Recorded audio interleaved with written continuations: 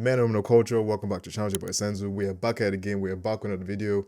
Do make sure you like, comment, subscribe, share the video if you can. All the links of my social media channels in the description box down below. Thanks for watching, thanks for supporting. Now without further ado, let's head into the video about my 20+ hour impression about Dragon Age, the Veilguard. Now, with every video I make and with every video I talk about when it comes to games or wherever where you have not, I'm going to start from the top, and the top being the worst parts of the game. When it comes to an RPG and when it comes to an RPG set in final, very fantastical world with high elves, magic, dragons, things like that. We're coming from a post Baldur's Gate 3 method of storytelling whereby everything is succinct, every plot point, every plot detail, every thread makes common sense. Every thread is leading to like a bigger angle in terms of the scale, in terms of the story, in terms of the combat. Sorry, no, not combats. In terms of the companion storytelling elements as well, you being able to fall in love with the characters you spend over 20+ hours with. With Dragon Age the Veilguard, it played it too safe, and I think that's probably the problem with this game, and I think that's why a lot of people have an issue with this game. It has to do with the storytelling. I think the storytelling is very young A or young adults. It's very safe. There is some level of, what's the term? Do I call it Disneyfication, Marvelization or whatever? But there is that level of storytelling that you get from like Marvel movies or Disney movies, especially Marvel under Disney, that you can clearly see in Veilguard.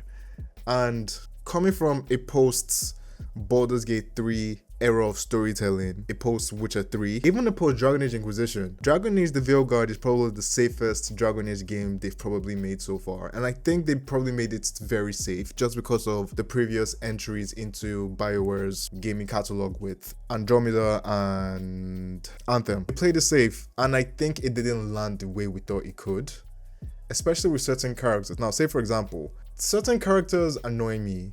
And especially when a character I first met, and I'm very sure this is the character that's going to be talked about the most, but I actually don't hate this character in general. But I think Tash, especially her introduction and her beef with her mom, it's not believable for the most part. It just feels like I'm talking to a teenager who doesn't understand what it is about being able to communicate with your mom, being able to communicate with your parents, being able to communicate with someone else. And that's just the introduction, that's just the entry. But I think the more you get to actually know Tash, it's like, okay, you're not so bad as a character as I thought you were, but I can see how jarring it is in just introducing the character into someone. So for the most part, that's pretty much the only bad thing I have with this game. In terms of the good thing about Dragon Age Veilguard, one of the strong things this game does extremely well is its art style, is its look. It's a very graphically impressive game. And I think that's probably because it's very linear in scope, so you're not creating like this massive open world, which I prefer. Like, I prefer not having a massive open world game, so this is the type of game that I would enjoy. It's very succinct in its design, in terms of its scope of the world you're exploring, but because of that, they're able to do so many new things. Like, say for example, the hair strand. This game is going to single-handedly go as one of the best games in terms of just being able to realistically replicate the hairstyle of black people. And I know a lot of people don't care about that, but for someone like me, that plays a role into why this game does so well and why it looks so good.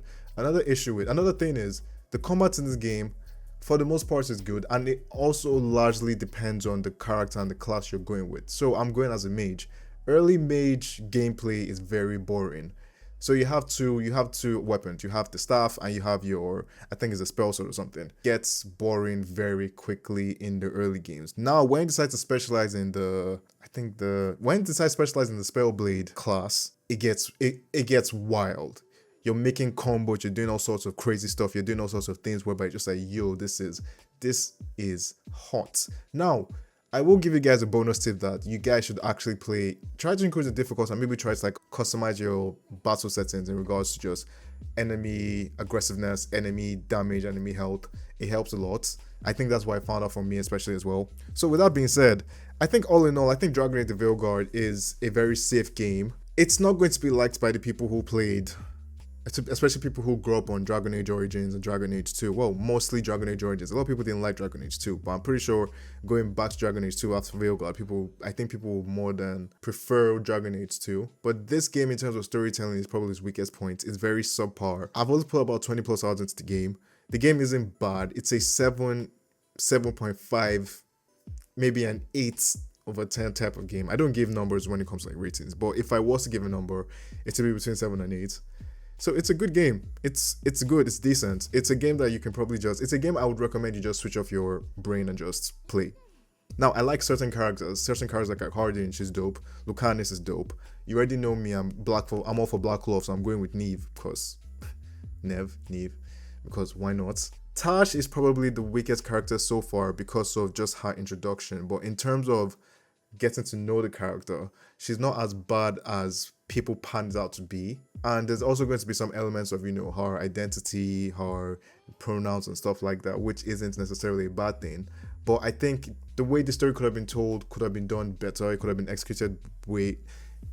When I think of what they were trying to do with Tash and her coming into identity of who she wants to be identified as, I think of a game like The Outer Worlds and how we handled Parvati storytelling of, oh, she's asexual, but it was done so well that you're able to like pinpoint like, oh, so that's what it's like. And it's not in your face, it's not rash, it's not like, oh, you need to accept this.